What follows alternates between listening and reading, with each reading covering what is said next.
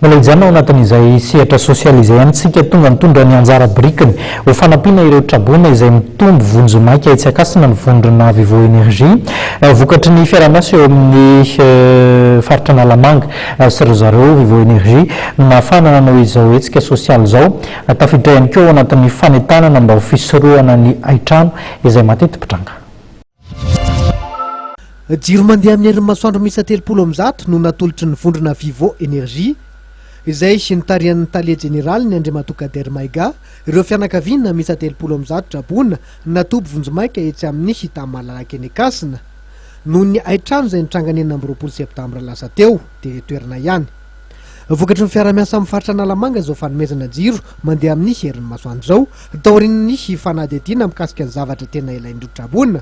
izay efa nanomboka niverina amin'ny fiainana andavanandro tsy kelikely. Enina amby efapolo sy roanjato izy aloha zao hatseto androany 6 juska 2016 dia 5 koa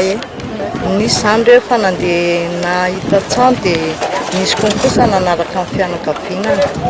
Ankoatrareo efa nandao ity toerana ity dia maro amin'ireo fianakaviana natobo vonjomaika etsy amin'ny tamalalaka etsy Ekasina no tsy manana toerana hovatanina. Ho an'ireo tena andeha manana trano may aloha zao no tena olana mbola betsaka zareo tsy manan-kerofana fa mbola mety hatrany ato amin'ny tanty nefany efa mivoaka zany didina lefata avy any amin'ny district fa ambigiso ireo no farany betsaka eto. Sosikevitra rosoko zany dia mangataka ny femoran'le fialana eto zany tena marina dia mangataka azy izay malala-tanana mba hanampy anay. Tanjona amin'ny alalan'izao fanomezana jiro mandeha amin'ny herin'ny masoandro izao ny isorohana ny aitrano izay miverimberina matetika any amin'ny fokotany Akasina iny.